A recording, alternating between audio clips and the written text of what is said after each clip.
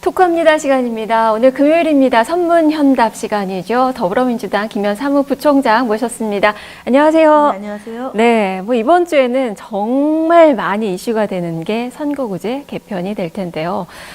저희 방송뿐만 아니라 좀 많은 또 방송에서도 또 다루고 있는 그 주제이기도 합니다. 어렵게 지금 여야 4당이 합의가 됐는데 네. 지금 합의가 된 그 야당에서도 지금 이견이 나오고 있고 지금 자유한국당에서는 지금 반발이 상당히 심한 상황이에요. 처리가 어떻게 좀 잘 될까요? 그 자유한국당이 왜 반발하는지를 이해할 수가 없는 게 2018년 12월 15일 날 여야 5당 원내대표가 합의를 했지 않습니까? 네. 그 나경원 원내대표도 사인을 하셨는데 첫 번째 항목이 연동형 비례대표제를 도입하고 구체적인 논의를 진행한다고 돼 있어요. 네. 그래서 비례성을 어떻게 강화할지에 대해서 정개특위에서 논의하는 걸로 돼 있는데 이것도 역사적으로 보면 정개특위 위원을 7월 달에 내정을 해서 발표를 해줘야 되는데 네. 3개월 동안인가 차일피일 미뤘어요. 그러니까 이제 심상정 위원장이 이게 뭐냐 끊임없이 문제제기를 했고 당시에 연동형 비례대표제에 대한 지지율이 50%를 육박하고 넘어갔어요. 네.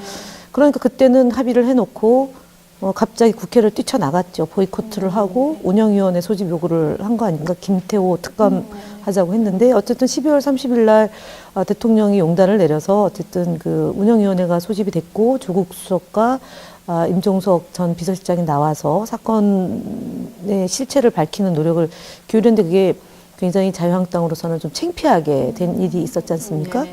근데 연동형 비례대표제는 어쨌든 소수 정당의 그 입장도 반영하고 그다음에 그 헌법 정신에 있는 41조 3항에 있는 비례성을 포함하라는 그래서 법률로 정해라라고 하는 것도 반영이 되는 거고 그러면은 자유한국당이 논의에 참여를 하면 되는데 갑자기 정족 그 의원 수를 10%를 줄이고 270석으로 하고 비례대표를 없앤다. 네, 그 의도는 뭐라고 보세요?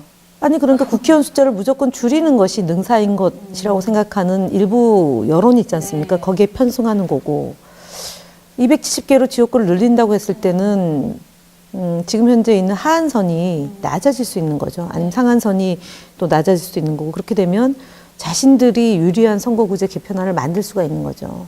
225개로 하게 될 경우는 인구 하한선이 한 15만 명으로 높아지고 상한선도 높아질 수 있는 거잖아요. 30만으로, 네, 15만에서 네, 30만으로 가는 건데 그렇게 되면은 대구 경북에 있는 지역구가 줄어들고 또 호남도 줄어들고 이제 이런 거 수도권도 줄어들어요. 그러니까 지금 이제 자유한국당의 의석수를 늘리려고 하는 꼼수다라고 봐야 되겠죠. 그래서 결국은 이제 바른미래당 안에서 지금 원래 자유한국당 출신 의원들이 의총 소집을 어저께 요구를 해서 개최를 했는데 거기서 논란이 많고 김관영 원내대표는 정치적으로 책임지겠다라고 지금 이제 얘기하고 있는 상황이죠. 가장 중요한 것은 국민과의 약속이고 그 정당의 민주주의가 반영되는 그런 선거법을 만들어야 되는 거다라고 봅니다. 근데 지금 자유한국당의 소위 엇박자와 딴지 걸기, 그 깐죽대는 것이 지금 가장 문제인 것이고 바른미래당 안에서 이제 당리당략 바른미래당 탈당 설이 제가 볼 때는 가능성이 있어요? 매우 높은 것 같습니다. 네, 지금 바른미래당이 아쉽게도 지지율이 정의당보다도 못하고 또 지금 이제 자유한국당 지지율이 30%대로 유지가 되고 있기 때문에 바른미래당으로서는 미래가 없다고 생각하고 점점 이제 선거 다가올수록 이제 양당 구조가 좀 고착화된다. 기회일 수 있는 거죠. 그러니까 이제 네. 자유한국당이 적극적으로 구애를 하고 있는 거고 패스트 트랙이 안 되게 하려고 하는 것이기 때문에 지금 뭐 유승민 의원까지 나서서 패스트 트랙으로 되는 것을 반대한다. 뭐 이렇게 지금 입장을 내고 있는 마당이어서 바른미래당의 내용은 매우 높아질 거라고 봅니다. 손학규 대표가 어쨌든 단식을 통해서 성취한 건데 지금 하여간 자유한국당의 꼼수와 바른미래당의 이 소속 의원들의 이 계산기 두드리는 소리가 많이 들리네요. 네. 내각제의 준하는 뭐 대통령제를 포함한 이제 권력구조 개편 이게 되기 전에는 이제 논의하지 않겠다라고 얘기하는데 그건 어떻게 보세요? 그것도 지난 그 지방선거와 맞물려서 개헌을 하자고 했었던 시기에 안 한 거잖아요. 그래서 결국은 지방선거를 통해서 심판을 받은 거잖아요. 4년 중임제를 선호하는 국민이 높은 거예요. 그게 뭐냐면은 국회의원을 못 믿는 거예요. 그 의원 숫자를 줄이는 것에 그 지지율이 높은 이유는 자유한국당의 지지가 높아서 그런 게 아니라 지금 20대 국회에 대해서 심판하는 거라고 저는 봅니다. 그러니까 국회의원들이 하는 게 뭐가 있냐, 맨날 싸움하는 거 아니냐, 이제 이런 의사를 표시하는 국민들이 좀 있는 거 아닙니까? 근데 국회는 싸울 수밖에 없어요. 왜냐하면 입장의 차이가 너무 명백하기 때문에 몸싸움을 통해서 싸우는 게 아니라 하나의 그 법안을 놓고 여야가 격돌할 수밖에 없어요. 왜냐하면 저희 더불어민주당은 중산층과 서민을 위한 정당이고 저쪽 당은 재벌의 이익을 존중하는 정당이었잖아요. 그러니까 세금도 재벌의 세금을 깎아주고 삼성의 이해를 대변하기 위해서 국민연금까지도 막 자주우지됐던 거잖아요. 그게 백일화에 드러났으면 국민들이 볼 때 야, 자유한국당 너희들은 안 되겠다라고 심판한 거란 말이에요. 지난 지방선거에서. 근데 끝나자마자 갑자기 또 원포인트 개헌을 하자 논의는 하자고 돼 있는데 첫 번째가 연동형 비례대표제에 대해서 논의를 하고 다섯 번째가 원포인트 개헌이었습니다. 근데 이걸 순번을 바꿔서 권력구조 개편을 안 하면 연동형 비례대표제를 논의할 수 없다라고 어깃장을 낸 거예요. 국민을 속이는 거죠. 그러니까 임시적으로는 지지율이 좀 오를 수 있을지 모르겠지만 5.18 망언 있죠. 그다음에 비례대표제 본인이 비례대표 출신인데 비례대표제 없애자 그러죠. 그다음에 무슨 반민특위가 국론 분열 국가를 분열시켰다고 얘기하죠. 그러니 국민들이 볼 때 저 되게 친일 정당 아니냐 또는 나경원 원내대표에 대해서 너무 저기 그 나베라는 별칭이 붙어 있지 않습니까? 아베 그렇죠. 예, 총리 생각하고 너무 대변해 주니까 그런 얘기가 나오는데 그걸 갖고 뭐 모독했다, 모욕이다, 명예훼손이다라고 얘기하는데 아니 본인은 대통령을 모독해도 되고 나머지 정당은 나경원 원내대표를 비판하면 안 됩니까? 성역입니까? 제가 볼 땐 굉장히 오만합니다. 그리고 그 윤소나 원내대표의 그렇죠. 연설도 네네. 3분 만에 퇴장하고 그리고 한분 남으셨더라고요. 연설문도 안 읽어봤대지 않습니까? 아.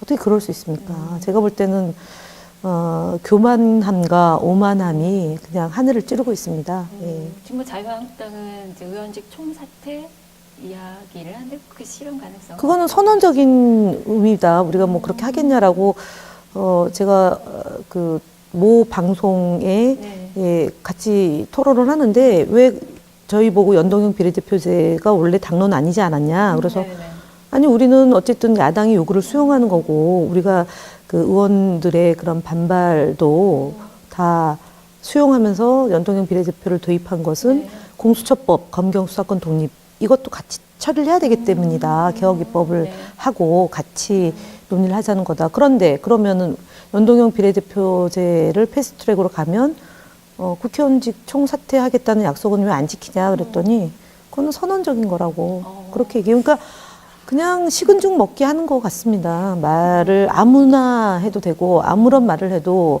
언론에서 별로 주목을 안 해주고 저희 여당의 그런 자그마한 문제를 침소봉대하는 그런 보수 언론이 예. 그게 또 지지율을 먹히니까. 그러니까 그렇죠? 보수 언론의 그런 보도 양태 때문에 더 극단적이고 자극적인 말이 나오는 것 같습니다. 예. 지금 어쨌든 더불어민주당 같은 경우도 피해를 보는 부분이 어느 그렇죠. 정도 있잖아요. 저희는 지역구가 225로 없어지는 가면 것도 있고. 예, 수도권이 7개 정도가 줄어들고 그다음에 그 영남도 없어지고 그리고 강원도가 2석이 없어지고 뭐 여러 군데가 이제 조정이 되는 거고 전체 그 28개 지역이긴 하지만 그보다 훨씬 많은 의석 그 지역의 조정이 필요합니다. 그래서 그런 복잡함에도 불구하고 국민들의 요구인 공수처법 그다음에 검경수사권 독립 이것을 야당과 같이 처리하기 위해서 연동형 부분적 연동형 비례대표를 수용한 거죠. 내에서는 이거에 대해서 반대하고 반대할 수가 없는 게 그 연동형 비례대표제는 그 2015년도에 그 독일식 그 비례대표제를 도입해야 된다는 게 저희 당의 입장이었던 거고 당시 중앙선관위에서 2대1, 200대 네. 100으로 해서 비례대표, 권역별 비례대표제를 도입하라는 권고안이 있었기 때문에 예, 뼈를 깎는 아픔이 있지만 저희가 대의를 위해서 이제 여야 사당 이제 합의를 했는데 갑자기 바른미래당이 저렇게 나오고 자유한국당이 뭐 저지하기 위해서 온갖 수단 방법을 가리지 않고 있어서 어떻게 될지는 좀 주목을 하고 있습니다. 네. 그 원내대표 이제 선거가 한 2달 정도 앞으로 다가온 그 상황이에요. 지금 뭐 예측하기 상당히 쉽지는 않지만 이제 3분 거론이 되고 있고 그리고 이제 개각이 됐기 때문에 이제 장관님들 이제 돌아오시면서 또 물망에 또 오를 수 있을 것 같고요. 뭐 근데 이런 거 어떻게 보세요? 원내대표는 네. 사실은 뭐 이제 국민들의 관심도가 아주 높은 선거는 아니죠. 국회의원들이 뽑는 선거이고요. 근데 이제 그 지역에서 선출된 국회의원들이 또 국회의원들이 모여서 뽑는 선거지 않습니까? 네. 첫 번째로 한 달을 앞두고 선거운동 기간이 워낙 짧기 때문에 지금 장관님들 사이에서 원내대표 출마하는 것은 제가 볼 때는 현실적으로도 무리하다라고 보고요. 지금 거론되는 분들 중에 아마 이제 그 치러질 공산이 커요. 네. 그러면 이제 그 어쨌든 이해찬 대표와 호흡을 잘 맞춰서 원내 상황을 잘 관리하실 분이다. 근데 뭐 3분 중에 다 뭐 이해찬 대표하고 호흡을 맞춰서 하실 분들이 있기 때문에 뭐 누가 돼도 손색은 없다라고 보여집니다. 그러나 어쨌든 의원들이 볼 때 그 이제 리더십, 그 다음에 이 상대가 나경원 원내대표이잖아요. 그렇기 그래서, 때문에 네. 저 원내대표를 상대로 해서 이제 이 꼬인 것을 잘 풀어야 되는 거거든요. 네. 그러려면은 굉장히 논리적이고 그렇죠. 또 잘 아우를 수 있는 실력 있는 원내대표가 되어야 되지 않을까 싶습니다. 민주당 내에서도 나경원 그 대표 원내대표를 누를 만한 사람이 돼야 된다라는 게 지금 아니 뭐 저는 뭐 사실은 3분 중에 뭐 나경원 원내대표의 논리나 뭐 이런 거가 논리 때문에 생기는 건 아니지 않습니까? 네. 다만 국민을 상대로 했을 때 나와 원내대표의 억지, 그다음에 대통령에 대한 모독, 정부에 대한 엄청난 공격 이런 것들을 국민을 대상으로 설득을 해내고 자유한국당을 어쨌든 잘 끌어내야 된다. 협상 테이블을 잘 끌어내야 된다라는 차원이라면 좀 능수능란해야 되는 것이라고 봅니다. 나 원내대표를 좀 압박할 수 있는 능수능란하게 능수능란한? 리더십이 그렇다면 있고 이제 그 원내대표 그 선거도 어쨌든 나경원 그 원내대표가 변수가 되는 건가요? 아니 제가 볼 때는 크게 변수는 되지는 않고요. 어쨌든 현재 여소야대지 않습니까? 네. 저희가 128석이고 나머지 이제 야당 4개 야당과 네. 무소속이 있지 않습니까? 이제 그분들과 이제 그 협상을 하는 거니까 소위 밀고 당기는 걸 잘해야 되는 거죠. 그러니까 줄 거 주고 그다음에 협력할 것은 협력해내고 이제 이런 것을 하려면은 능수능란해야 된다. 노련하시고. 네, 노련해야 네. 된다. 예. 그러니까 정치 백단의 원내대표님이 일단은 그러니까 지금 이제 이해찬 대표님이 뭐 장관도 하셨고 총리도 역임을 하셨고 정치를 30년 넘게 해오신 분이기 때문에 가급적이면 야당하고 안 싸우시잖아요. 네. 예. 근데 이제 도저히 안 될 경우, 예를 들어 5.18 망언이라든가 아니면은 그 지난번에 나경원 원내대표의 그 대통령을 모독하고 네. 국민을 모독한 이 발언에 대해서는 단호하게 대응을 하시는 것이잖아요. 그렇고 이제 원내대표는 어쨌든 그런 그 대표와 함께 이 호흡을 맞춰서 어쩔 때는 협상, 타협하고 어쩔 때는 이제 협상이 정말 말도 안 된다 하면 국민들을 대상으로 국민들에게 잘 설명하고 이런 것들이 필요하죠. 그러려면은 뭐 누구도 다 할 수 있습니다. 사실은 나경원 원내대표의 이 말씀이 터무니없는 말이 너무 많아서 이제 그런데 이제 언론이 받아주니까 계속 이제 연속적으로 지금 얘기를 하시고 계시잖아요. 반민특위, 국민 분열, 뭐 전쟁이 나온 거다, 뭐 이런.